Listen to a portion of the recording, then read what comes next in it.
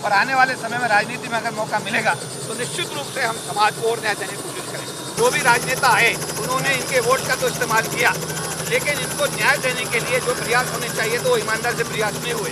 जो भी जो है गरीब तबके का आदमी होगा, एससी होगा, एसटी होगा, ओबीसी होगा, माइनॉरिटी होगा या गरीब तबके का कोई भी व्यक्ति होगा, हम उसको न्याय देने की हर संभव कोशिश करेंगे।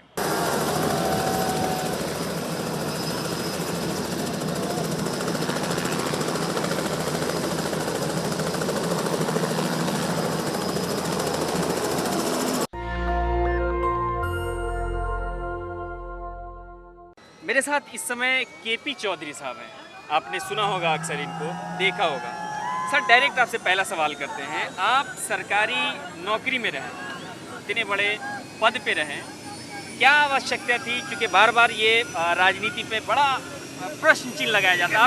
मान्यवर काशीराम जी सरकार की नौकरी में थे और नौकरी में रहने के कारण वो काम नहीं कर पाए और फिर ये तय किया गया कि उन्होंने नौकरी छोड़ने का जब फैसला किया तो उन्होंने जो एक आंदोलन समाज के लिए खड़ा किया वो पूरे देश और दुनिया ने देखा। उनसे प्रेरणा लेकर के मैंने ये तय किया, जब मैं जयंत चौधरी साहब से मिला तो मुझे पता लगा कि एक ऐसा व्यक्तित्व भी राजनीति में जो बड़ा स्वच्छ और साफ छवि का स्वामी है, उनके में समानता और समता का उनका एक भाव है, दलितों के लिए, SC ST के लिए उनके मन में एक भावना है। तो मैंने ये उचित समझा कि मैं जयंत चौधरी साहब के नेतृत्व में निश्चित रूप से मुझे पार्टी ज्वाइन करनी चाहिए। उसी हिसाब से मैंने राष्ट्रीय लोकदल को ज्वाइन किया है और अपने राष्ट्रीय अध्यक्ष चौधरी जयंत सिंह जी के नेतृत्व में मैं चाहता हूं कि देश के अंतिम व्यक्ति के आंसू पूछें, हर व्यक्ति को न्याय मिले, देश के गरीब को, किसान को, मजदूर को, हर बेसहारा को जो है ना उनके हक मिले और देश के अंदर अमन चैन हो, भाईचारा हो, सब लोग मिलजुल करके देश के विकास के लिए काम करें। नहीं, ये सवाल मैंने इसलिए पूछा सर कि आप जिस पद पे थे, तकरीबन 40 लाख लोग आपके नीचे थे। SC ST OBC समाज के लिए हमेशा आप आवाज़ उठाए हैं, उनकी आवाज़ बनते रहे, उनके लिए काम करते रहे हैं। राजनीति के बारे में कहा जाता है कि इसमें अच्छा व्यक्ति तो नहीं आता। देखिए, यहाँ पर काशीराम का व्यक्तित्व भी है, चौधरी जयंत सिंह जी का व्यक्तित्व भी है। बहुत सारे लोग ऐसे हैं जिनका व्यक्तित्व इस बात का प्रमाण है कि उन्होंने हमेशा अपनी ईमानदारी और अपनी मेहनत के लिए जाने जाते हैं। चौधरी चरण सिंह जी का नाम हमेशा याद किया जाता है, बाबा साहब अम्बेडकर का नाम याद किया जाता है, हमेशा लोग सम्मान की दृष्टि से देखते हैं।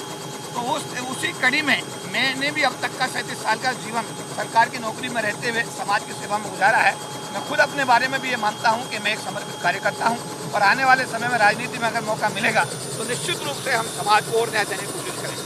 अब तो आप सक्रिय राजनीति में हैं। ये आगरा के ऐतिहासिक जगह से आज फतेहपुर से पहला आपका भाषण लोग क्या संदेश है? संदेश यही है कि भारत का जो अनुसूचित जाति जनजाति समाज का व्यक्ति है उसके साथ में जो भी छल कपट हुआ है, मान्यवर काशीराम और बाबा साहब अम्बेडकर के अलावा जो भी राजनेता आए उन्होंने इनके वोट का तो इस्तेमाल किया, लेकिन इनको न्याय देने के लिए जो प्रयास होने चाहिए तो वो ईमानदार से प्रयास नहीं हुए। लेकिन मुझे ऐसा लगता है कि मेरे राजनीति में आने के बाद 37 साल में जो मैंने सरकारी अधिकारी कर्मचारियों के माध्यम से सीखा है, उनके बीच में जो मैंने काम किया है, उस दृष्टि से हम ये मानते हैं कि आने वाले समय में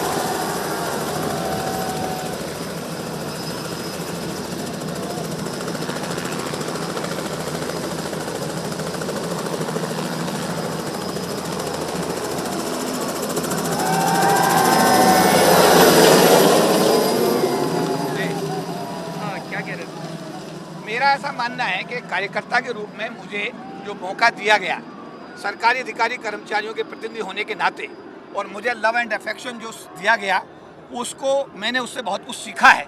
और जो मैं समस्याएं समाज की मैंने हर स्तर पर महसूस की, जगह जगह मैं देश के कोने में गया, दुनिया के कोने कोने में गया, UNO तक में गया, ब्रिटिश पार्लियामेंट तक में गया, पूरी दुनिया में घूमने के बाद जो मैंने समझा है और इस समाज की जो आवश्यकताएं हैं, समाज की समस्याएं पर उन पर मैंने गहन विचार किया है। उन सबको समझ करके मैं कोशिश करूंगा कि सरकार में भागीदारी हो और सरकार में भागीदारी के मजिस्टर मान्यवर काशीराम जी ने सरकार भारत के सबसे बड़े प्रांत उत्तर प्रदेश में 4 बार सरकार बना करके समाज के लोगों को न्याय देने की कोशिश की। उसी कड़ी को आगे बढ़ाते हुए केंद्र सरकार और राज्य सरकारों में जब एक भागीदारी होगी और काम करने का अवसर मिलेगा तो मेरा ऐसा मानना है कि हम अपने समाज के नहीं पूरे देश के जो भी ज़रूरतमंद लोग होंगे, जो भी जो है गरीब तबके का आदमी होगा, SC होगा, ST होगा, OBC होगा, माइनॉरिटी होगा या गरीब तबके का कोई भी व्यक्ति होगा, हम उसको न्याय देने की हर संभव कोशिश करेंगे। केपी चौधरी साहब थे, 37 साल इन्होंने सरकारी नौकरी की और इस बात को हम भी बार बार बोलते हैं। आज उसी बात को केपी चौधरी ने हकीकत करके या उस रास्ते पर चल के आपको एक नज़ीर पेश किया है, वो ये कि बिना पॉलिटिक्स में, सियासत में आए हुए आपका कोई भला नहीं हो सकता है। इन्होंने महसूस किया, इन्होंने देखा, 37 साल रहे अपने सरकारी नौकरी में, देश विदेश और कई देशों का दौरा किया, इनको जाके रिप्रेजेंटेटिव के हैसियत से वहाँ बुलाया गया, वहाँ देश को इन्होंने रिप्रेजेंट किया। बाद में केपी चौधरी साहब को लगा ऐसा कि राजनीति में आना चाहिए, अगर राजनीति में आए भला नहीं हो सकता है। सहयोगी आशीष ठाकुर के साथ मैं जसीम उल हक, नेशनल दस्तक, आगरा।